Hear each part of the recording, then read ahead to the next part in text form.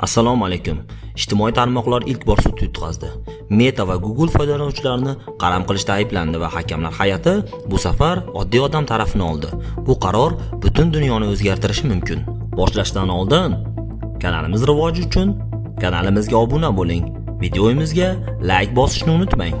Los Angeles sudi hay'ati Meta va Google'ni bolalikdagi ijtimoiy tarmoqlarga qaramligi uchun sudga bergan yosh ayol uchun misli ko'rilmagan g'alabani e'lon qildi. Hakamlar hay'ati Meta va Google'ni ayblab, Kelly ismli 20 yosh ayolning ruhiy salomatligiga zarar yetkazadigan ijtimoiy tarmoq platformalarini yaratganlikda aybladi. Natijada ehtimol hozirda AQSh sudlari ko'rib chiqayotgan yuzlab shunga o'xshash ishlarga ta'sir qiladi. Metaning advokati Kelly hayotida azob chekkan bo'lsa-da, uning Facebook va WhatsApp bilan birga Meta egalik qiladigan Instagramdan foydalanishi bu qiyinchiliklarga sabab bo'lmagan yoki ularga sezilarli darajada hissa qo'shmaganligini ta'kidladi.